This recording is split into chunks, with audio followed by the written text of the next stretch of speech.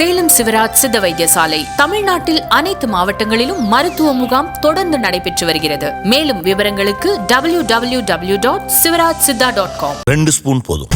Line date syrup. இதுல iron, fibre, vitamins, நோய் எதிர்ப்பு சக்தி அதிகமா இருக்கு. Lion date syrup. வணக்கம் சார். சார், இந்த டாஸ்மாக் 1000 கோடி ஊழல், இதை எடுத்து பாஜகவினுடைய போராட்டம், நேற்று குறிப்பாக காவல்துறையினருடைய நடவடிக்கை குறித்து அண்ணாமலை பேசியிருந்தது. நேற்று நடந்ததெல்லாம் எப்படி பார்க்குறீங்க சார்? முதல்ல இந்த போராட்டம் நிறைய விஷயம் பார்க்கணும். ஒன்று, இது 1000 கோடி ரூபாய் ஊழல் இல்லை, அது எத்தனை 1000 கோடி ரூபாய் ஊழல்னு தெரியாது. 1000 கோடி ரூபாய்க்கான ஆதாரங்கள் கிடைச்சிருக்குன்னு அவங்க சொல்கிறாங்க. அது ஸோ 1000தோட முடிஞ்சிருமான்னு சொல்ல முடியாது. ஆதாரம் கிடைக்காம எவ்வளோ இருக்குன்னு அவங்களுக்கும் தெரியாது. அவங்க சொன்னது பாட்டிலிங் சென்டரில் பார்த்தோம், மேனுஃபேக்சரிங் இடத்துல நம்ம பார்க்குறோம், ப்ரொடக்ஷன் இடத்துல பார்க்குறோம், அவுட்லெட்ஸில் பார்க்குறோம், டாஸ்மாகோடைய ஜிஎம் ஆஃபீஸில் பார்க்குறோம். இது மாதிரி எல்லா இடங்கள்லையும் நம்ம பார்க்கும்போது இதோட கனெக்டிவிட்டி கிடைக்குது. இது நம்ம கிடச்சிருக்கக்கூடிய விஷயங்கள் 1000 கோடி ரூபா வரைக்கும் போகுது அப்படின்னு சொல்கிறாங்க. ஸோ அது 1000 கோடியோடு முடிஞ்சிருதுன்னு சொல்ல முடியாது. அது ஒரு பக்கம். ரெண்டாவது, டாஸ்மாகில் ஒரு ஊழல் நடந்திருக்கு அப்படின்னு சொல்லி சொன்னால் அதை எதிர்க்கட்சிகளுடைய வேலை அதை எக்ஸ்போஸ் பண்ணுறது, அதை மக்களிடம் கொண்டு போய் சேர்க்கிறது. அரசாங்கத்துடைய வேலை அப்படி இல்லை அப்படின்னு சொல்லி நிரூபிக்கிறது. இதுதான் உலக நடைமுறை. அப்போ எதிர்க்கட்சிகள் போராட்டம் நடத்த தான் செய்வார்கள், போராட்டம் நடத்த தான் வேணும் அப்படின்னு மரியாதைக்குரிய முன்னாள் முதலமைச்சர் கலைஞர் சொல்லியிருக்கிறாரு. இந்நாள் முதலமைச்சர் திரு ஸ்டாலின் சொல்லியிருக்காரு. எதிர்க்கட்சிகள் அரசியல் பண்ணாமல் பின்னாடி அவியலா பண்ணுவாங்க அப்படிங்கிறது திரு ஸ்டாலின் அவருடைய ஸ்டேட்மெண்ட்.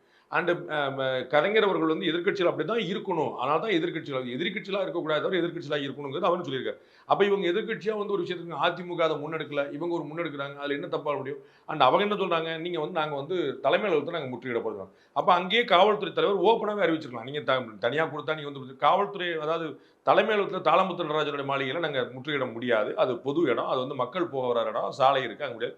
உங்களுக்கு ஆர்ப்பாட்டம் நடத்துறதுக்கு அனுமதி நாங்கள் இடம் வச்சுருக்கோம், நீங்கள் சேப்பாங்க ஸ்டேடியத்தில் வச்சு பண்ணிக்கோங்க, எதிர வச்சு பண்ணிக்கோங்க, இல்லை நீங்கள் வள்ளூர் கூடத்தில் வச்சு பண்ணிக்கோங்க, சென்னையில் இந்த இடத்துல வச்சு வேற எங்கேயா பண்ணிக்கன்னு சொல்லலாம் முடிஞ்சு வச்சு. அப்போ அவங்க அறிவிச்சிருந்தாங்கன்னா அதற்கப்புறம் அந்த பால் பிஜேபி கோர்ட்டில் இருந்திருக்கும்.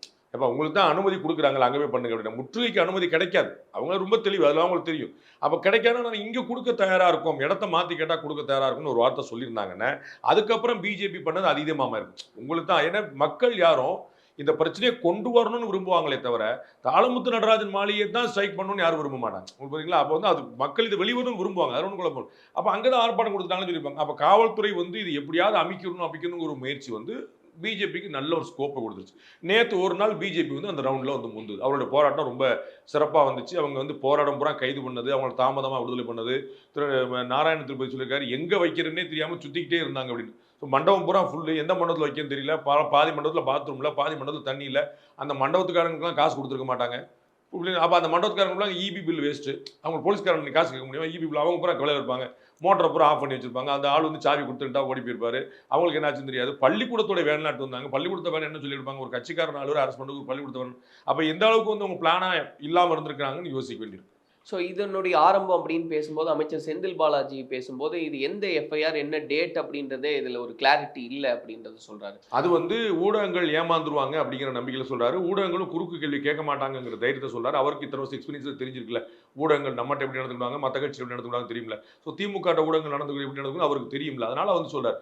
ஆனால் இயல்பில் தெரிஞ்ச விஷயம் என்ன, டெரருங்கிற ஒரு வார்த்தை இல்லைன்னா என்ஐஏ உள்ள என்ட்ராகாது. அது சுப்ரீம் கோர்ட்டோ, ஹைகோர்ட்டோ, சென்ட்ரல் கவர்மெண்ட்டோ, ஸ்டேட் கவர்மெண்ட்டோ ஆர்டர் போடாமல் சிபிஐ உள்ள வராது.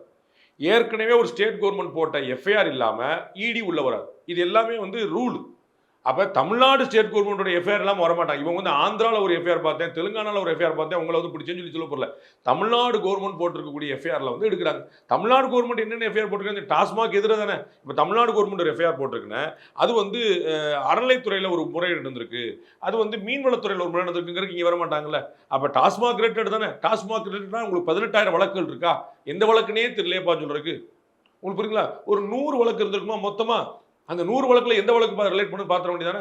அப்போ எந்த எஃப்ஐஆர்னே தெரியல, எந்த டேட்னே தெரியல, எந்த ஏடிஎம்கே பீரியடில் போட்டதாக இருக்கட்டும், டிஎம்கே பீரியடில் போட்டதாக இருக்கட்டும், தமிழ்நாட்டு கவர்மெண்டோட எஃப்ஐஆர் தானே. சரி, நீங்கள் இப்போ ஜெயிலுக்கு போயிட்டு வந்தீங்களே, அது ஏடிஎம்கே பீரியடில் போட்ட கேஸில் தானே, அதோட நீட்சியாக தானே இடி பிடிக்குது. கேஸ் ஏடிஎம்கே பீரியடில் போடப்பட்டது, டிஎம்கே புகார் கொடுத்து போடப்பட்டது, சரிங்களா. ஆனால் அதில் நீட்சியாக தான் இடி பிடிக்குது. அப்போ எந்த வருஷ கேஸாக இருந்தானே தமிழ்நாட்டில் டாஸ்மாகில் முறைகேடு நடக்குது அப்படின்னு டிஎம்கே பீரியடில் போட்டிருந்தாலும் ஏடிஎம்கே பீரியடில் போட்டு விசாரிக்கணுமா, விசாரிக்கக்கூடாதா? ரைட். அது பழைய எஃப்ஐஆர், ஏதோ ஒரு எஃப்ஐஆர், போன வருஷத்து எஃப்ஐஆர், போன ஆட்சியோட எஃப்ஐஆர் எடுத்துட்டு போட்டோம். இப்போ நான் போய் பார்த்தாலே எனக்கு இவ்வளவு ஊழல் தெரிஞ்சிருக்குன்னு சொல்லியிருக்காங்கல்ல, அதுக்கு பதில் சொல்லுங்க. அது எந்த எஃப்ஐஆர்னே தெரியாம போட்டோம். இவங்களா ஒரு பொய் வேலை பண்ணிட்டாங்கன்னு வச்சுக்கோங்க சார். நான் சொன்னேன் பிஜேபி கவர்மெண்ட் ஏவல் விடுது, ஏவல் துறை எல்லாம் வச்சுக்கோங்க. இப்போ நான் போனாலே எனக்கு இவ்வளவு இருக்கு. பாட்டில் அவங்க வந்து ஒரு ஒன்லைன் காட்டிடுறாங்க.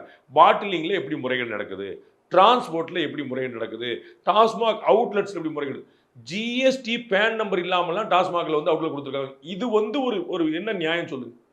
ஒரு சாதாரண கடையில் கூட நம்ம வந்து எல்லாருக்கும் நீ பேன் இல்லாமல் இருக்க முடியாது, ஜீஸ் இல்லாமல் இருந்து எல்லாரும் சொல்லிட்டு இருக்காங்க. அப்போ ஒருத்தருக்கு ஆர்டர் டெண்டரில் கொடுக்குறீங்க, டெண்டரில் முறையாக நடந்திருக்கு, பாட்டிலுக்கு 10 ரூபா வந்து நடந்திருக்கு. நாங்கள் டாஸ்மாகுடைய நண்பர்கள் அங்கே போய் குடிமான்கள் போயிட்டு வந்ததை நாங்கள் எடுத்து போட்டிருக்கோம். எடுத்து பாருங்க, அத்தனை பேரும் சொல்கிறாங்க, ஒருத்தர் பாக்கி இல்லாமல் சொல்கிறாங்க. ஆமாம் 30 ரூபா 40 ரூபா வாங்குறாங்க. காலையில் கடை திறக்கிறதுக்கு முன்னாடி வாங்கினா இன்னும் கூட வாங்குறாங்க. அப்போ காலைல கடை திறக்கிறதுல ஒரு இல்லீகாலிட்டி நடக்குது, அது தெரியாதா? அண்ணாமலை எப்போ கிளம்புவார், தமிழிசை எப்போ கிளம்புவாங்கன்னு எல்லாருக்கும் தெரிஞ்சிருக்குது. கடையை எப்போ திறப்பாங்கன்னு தெரியலையா? ஒரு தெருக்கு 12 கடையாக இருக்குது, என்ன சார் ஒன்றுங்களா ஒன்றும் பண்ண முடியலன்னு சொல்கிறதுக்கு. அப்போ நீங்கள் அந்த கடையை எப்படி 12 மணிக்கு முன்னாடி எப்படி சொல்கிறாங்களா இல்லையா? மக்கள் 12 மணிக்கு முன்னாடி போனால் 40 ரூபாங்க, இப்போ போனால் 10 ரூபா தாங்க. அப்போ அவ்வளோ முறை நடக்குதா இல்லையா? அதை தான் போட்டிருக்காங்க ஈடியில். கடையில் நடக்குது, ரீட்டைலில் நடக்குது, டிரான்ஸ்போர்ட்டில் நடக்குது, பில்லிங்கில் நடக்குது, பாட்டிலிங்கில் நடக்குது, எங்கெங்க என்ன நடக்குன்னு சொல்லிட்டாங்க. அப்புறம் இது என்ன சொல்ல வர்றாங்கன்னே புரியல அப்படின்னு எனக்கு திரு செந்தில் பாலாஜி சொல்ற எனக்கு தான் புரியல. இல்ல அவர் சொல்லும்போது இப்போ அண்ணாமலை அவர்கள் 1000 கோடின்னு மென்ஷன் பண்றாரு. அது அவர் என்ன சொல்றாரோ அதை வந்து இடி திரும்ப சொல்லுது அப்படின்றத தான் அவர் பதிவு பண்றாரு. சிஏஜி ரிப்போர்ட்ல வந்து ஒரு பயங்கரமான ஊழல் நடந்திருக்குன்னு சொல்லி சொன்னாங்க 2Gல. சுப்ரீம் கோர்ட் அது அப்படியே வந்துச்சு. அப்ப என்ன சொல்ல போறீங்க? பிஜேபிக்கும் சிஏஜிக்கும் சுப்ரீம் கோர்ட்டுக்கும் ஒரு நெக்ஸஸ் இருக்குன்னு சொல்ல போறீங்களா? இவர் ஒரு நம்பர் சொல்றாரு, 1000 கோடிங்கிற ஒரு பெரிய நம்பருங்கிறதுக்காக சொல்றாரு. இவங்க வந்து சொல்ற, நான் உங்களுக்கு அதுதான் முதல் வரியிலேயே சொன்னேன், நீங்க பின்னாடி எங்க வரப்போறீங்கன்னு நான் முதல் வரி சொன்னேன். அவர்கள் சொல்வது 1000 கோடியோடு முடிந்து விடவில்லை, ஏன் கையில இருக்கக்கூடிய பேப்பருக்கு 1000 கோடி தெரியுதுன்றாங்க. இன்னும் தமிழ்நாடு முழுக்க போலையே, தமிழ்நாடு முழுக்க 4000 டாஸ்மாக் 5000 டாஸ்மாக் 5000 கடைக்கு போலையே. அவங்க செலக்டடா ஒரு 5 கடைக்கு போறாங்க, அதோடைய குடோன்ஸுக்கு போறாங்க, அப்புறம் பாட்டிலிங் இடத்துக்கு போறாங்க, ப்ரொடக்ஷன் இடத்துக்கு போறாங்க. 4000 கடைக்கும் போலே, 4000 கடைக்கு போயிருந்தாலும் இருக்கும். அது போக இன்னைக்கு நடந்த பில்லா எடுத்துருக்கும். உங்களுக்கு வந்து இப்போ ஒரு பாட்டிலிங் கடைக்கு போயிருக்காங்க, இல்லாட்டி வந்து ஒரு டிரான்ஸ்போர்ட் கம்பெனிக்கு போயிருக்காங்கன்னா அது 10 நாள் பில்லு கிடைக்கும், 15 நாள் போயிருக்கும். 3 வருஷம் பில்லு கிடைக்காதுல்ல, 5 வருஷம் பில்லு கிடைச்சிருக்காதுல்ல. அப்போ முன்னாடி என்னச்சுன்னு தெரியாது, மொத்தம் எவ்வளோங்கிறது தெரியாது. இந்த கவர்மெண்ட்டே 4 வருஷமா ஆட்சியில் இருக்கு, ப்ரீவியஸ் கவர்மெண்ட்லேருந்து ஏதாவது இருக்குதான்னு தெரியல. அப்போ அவங்களுக்கு தெரியல 1000 கோடி ரூபாங்கிறது மொத்த ஊழல் கிடையாது. இன்னும் சொல்லப்போனால் உங்களுக்கு நான் சொன்னால சிஏஜியில் வந்து 35,000 கோடின்னு சொல்லியிருந்தாங்க. சுப்ரீம் கோர்ட் வந்து 1,70,000 கோடின்னு சொல்லிச்சு. அப்போ இந்த நம்பர் எப்படி அந்த நம்பர்? அப்போ அன்னைக்கு அவங்க ஃபைண்டிங்ஸ் இது. அப்போ வந்து அவங்க 35,000 தானே சொன்னாங்க, நீங்கள் எப்படி 1,76,000 கோடி சொன்னீங்க? இது இல்லை, 1,76,000 கோடிங்கிறது இறுதியில் வந்த நம்பர். 35,000 கோடின்னு அவங்களுக்கு கொடுக்கப்பட்ட பேப்பர் நம்பர். ஒரு எதிர்க்கட்சி தலைவர் அவர் சொல்றாரு இதில் பல 1000 கோடி இருக்குன்றார். பல 1000 கோடி இருக்கு, 1000 கோடின்றார். அதே நம்பர் அவங்க வந்து இப்படி வந்துருச்சு. என்ன இப்போ நான் சொல்றேன், அதிமுக ஆட்சியில் நடந்த ஊழல்களை திமுக நீங்கள் போய் முறைகேடு சொன்னீங்களா இல்லையா? கவர்னர்கிட்ட புகார் கொடுத்தீங்க, ஊழல் தடுப்பு கொடுத்தீங்களா இல்லையா?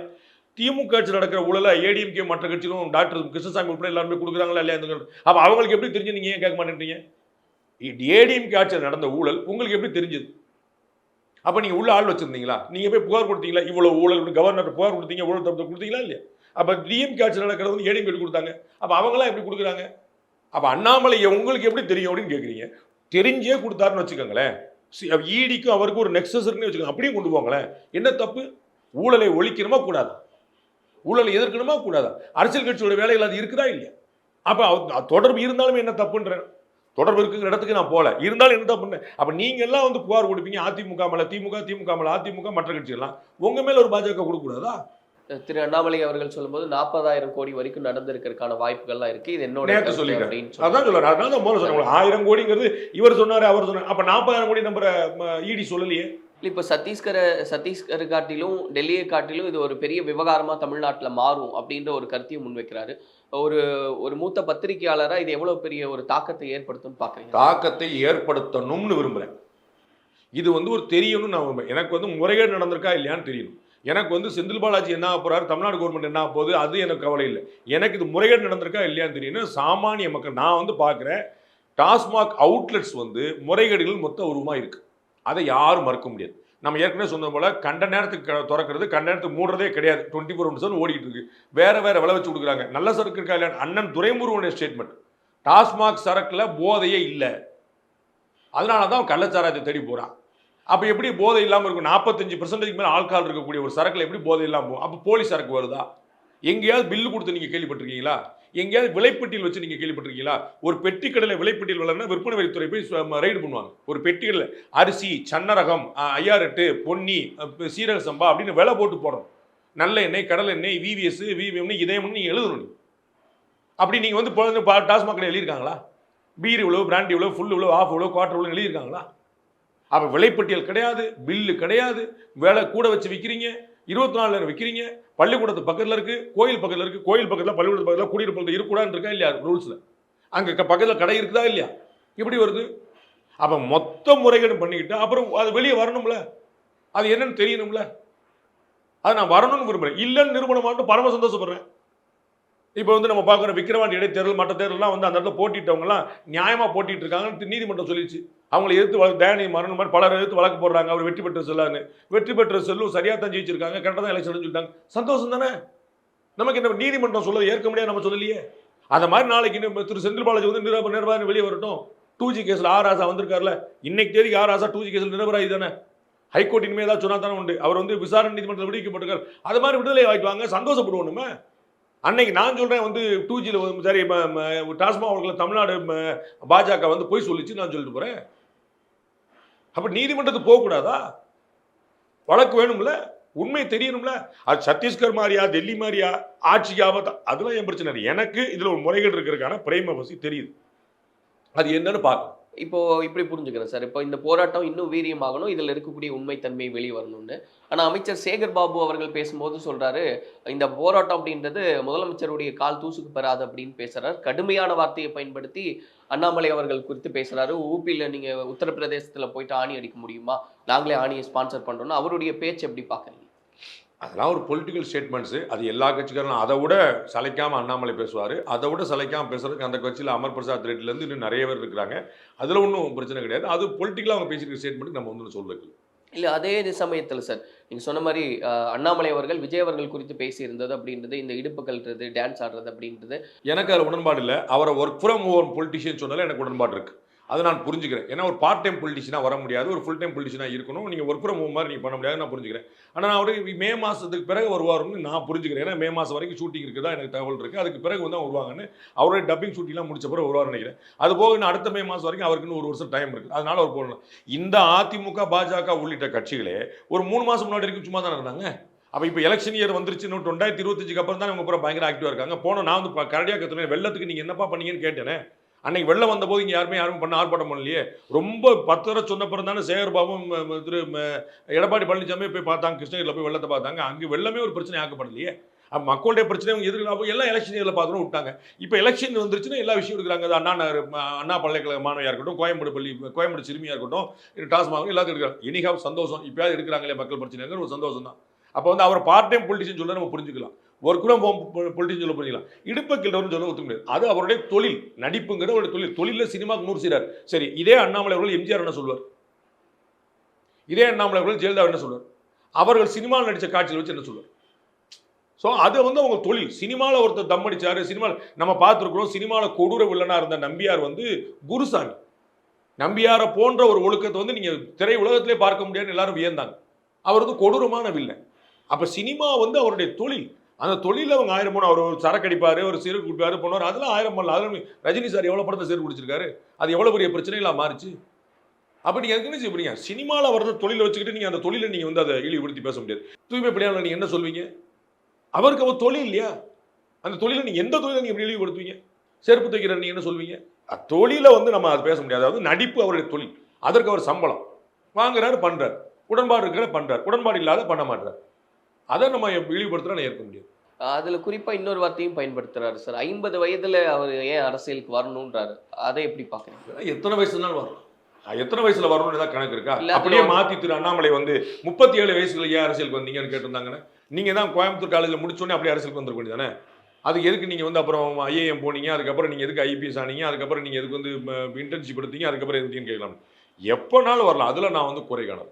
இப்போ தாவேக்கா வந்து இதுக்கு பதிலும் கொடுக்குறாங்க, நீங்கள் வந்து சரியாக படிக்கல, நாகரிகமாக பேசுறதுக்கு கற்றுக்குங்க அப்படின்றதெல்லாம் சொல்கிறாங்க. ஆனால் அடிப்படையில் அவங்க வைக்கிற ஒரு விஷயம் என்னென்னா, மறைமுக கூட்டணியோட செயல்படுறாங்க. தாவேக்காவுடைய திரு ஆனந்த் அவர்கள் பெயரில் வந்த அறிக்கை வந்து நியாயமற்றது.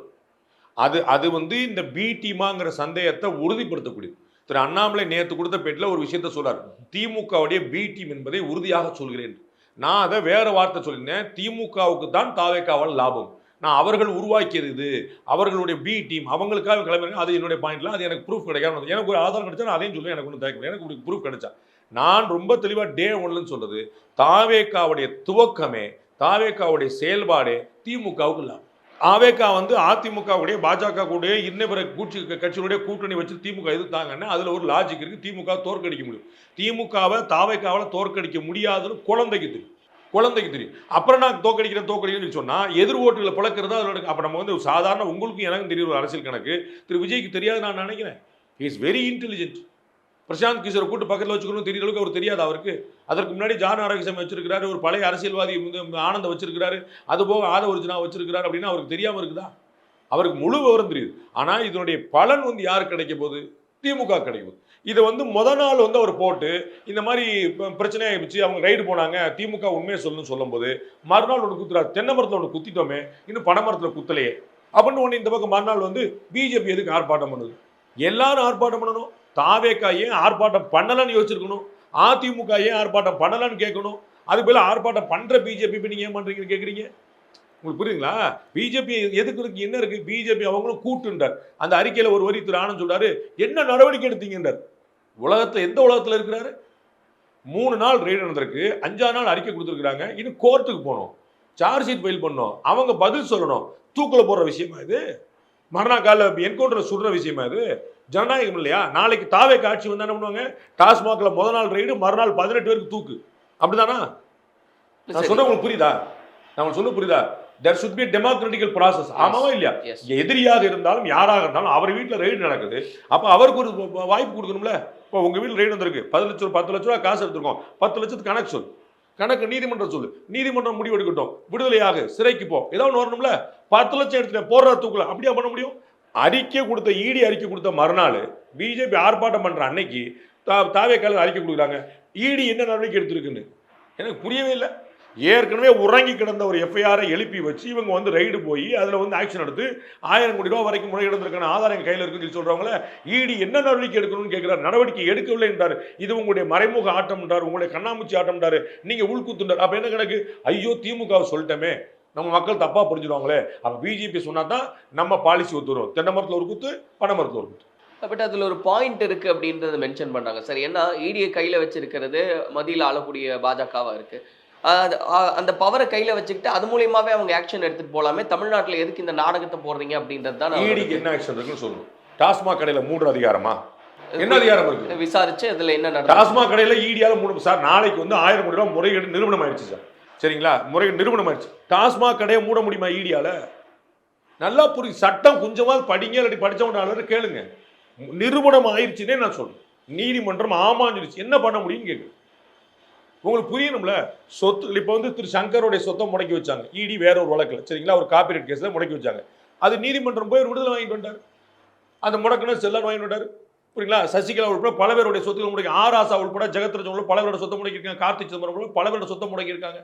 அவங்க நீதிமன்றம் போகணும். அப்போ அவர்கள் என்னென்ன வாய்ப்புகள் கிடைக்குதோ, என்னென்ன ரூட் கிடைக்குதோ, அது திரு ஆராசாவுக்கு போனது வந்து அவர் சொத்தை விடுவிக்கல. புரியுங்களா? ஜெகத்ரட்சனுக்கு போனது சொத்தை விடுவிக்கல. திரு சங்கருக்கு, டைரக்டர் சங்கருக்கு போனது விடுவிச்சிட்டார். அப்போ எங்கெங்க எந்தெந்த ஆதாரம் இருக்குதோ அவங்கவுங்களுக்கான வாய்ப்புகள் எப்படி அவங்க செயல்படுறாங்க. என்ன ஆக்ஷன் எடுக்கணும்? இவங்க ஈடிக்கு என்ன ஆக்ஷன் எடுக்கணும் உங்களுக்கு தெரியுமா? நான் ஏற்கனவே சொன்னேன், ஏற்கனவே ஒரு ஸ்டேட் எஃப்ஐஆர் இல்லாமல் இவங்களால உள்ளே போக முடியாதுன்ற ஏற்கனவே ஒரு எஃப்ஐஆர் இருந்தால் அதான் சட்டம். நீ இத்தனை நாள் என்ன பண்ணுறதுன்னு கேட்டீங்கன்னா அவங்களுக்கு ஒரு எஃப்ஐஆர் பிடி பண்ணணும்ல, அந்த எஃப்ஐஆர்ல ரூட் இருக்கணும்ல, இவங்க உள்ள செயல்படுறதுக்கு ஒரு வாய்ப்பு இருக்கணும்ல.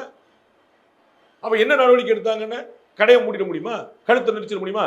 இடி வந்து திமுக ஆட்சியை கலைத்து விடுவேன்னு சொல்ல முடியுமா? என்ன ஆக்ஷன் பார்க்குறீங்க? மத்திய அரசு கையில் வச்சிருக்கு. மத்திய அரசு அவங்களுடைய ஏவல் துறையா இவங்க மற்றவங்க நடத்துற மாதிரி நடத்தணுமா? அப்படியே மாற்றி கேட்குறேன். அவர்கிட்ட தான் இவ்வளோ பெரிய தொண்டர்கள் இருக்காங்களே. டாஸ்மாக் கடையை பூரா மூணா என்ன? உங்கள்கிட்ட தொண்டர்கள் இருக்காங்கல்ல, அப்படி சொல்ல முடியுமா? ஆளாளுக்கு சட்டத்தை கையில் எடுக்க முடியுமா? அப்போ ஈடியாக இருந்தாலும் சிபிஐ தான் சட்டப்படி செயல்படணும். அவங்களுக்கு அதிகார வரம்புக்கு உட்பட்டு செயல்படணும். அவங்களை அதிகார வரம்புக்கு மீறி செயல்பட நீங்களே சொல்வீங்களா? மத்திய அரசு உங்கள்ட்ட தான் பவர் இருக்கு அப்படி என்ன பவர் கலைச்சிருவா? காங்கிரஸ் கவர்மெண்ட் அவ்வளோ கலைச்சாங்க. காங்கிரஸ் பத்தி ஒரு வார்த்தை பேச சொல்லுங்க. 90 முறைக்கு மேல அரசமைப்பை திருத்தினது, 100 முறைக்கு மேல ஆட்சியில கலைச்சது காங்கிரஸ். காங்கிரஸ் பத்தி ஒரு வார்த்தை பேச சொல்லுங்க. அவங்க ஆட்சியை துஷ்பிரயோகம் பண்ணியிருக்காங்க. பிஜேபி ஒரு முறை கூட பண்ணல. அவங்கள நீங்க என்ன சொல்வீங்க? இப்போ டிவிகே வந்து டிவிகேனால திமுகவுக்கு தான் வந்து பலன் அதிகம்னு நீங்களே சொல்றீங்க சார். ஆனா வெளிய வந்து பொதுவா வந்து மேலோட்டமா சொல்லப்படுற கருத்து என்னன்னா, டிஎம்கேவோட ஒரு காப்பியா இருக்காங்க டிவிகே அப்படிங்கும்போது, அவங்களோட ஓட்ட இவங்க ஸ்ப்ளிட் பண்ணி இவங்க தான வாங்குனா அது டிஎம்கேக்கு பாதகமா அமையும். டிஎம்கேவுடைய ஓட்டு ஓரளவுக்கு ஸ்பிளிட் ஆகும்.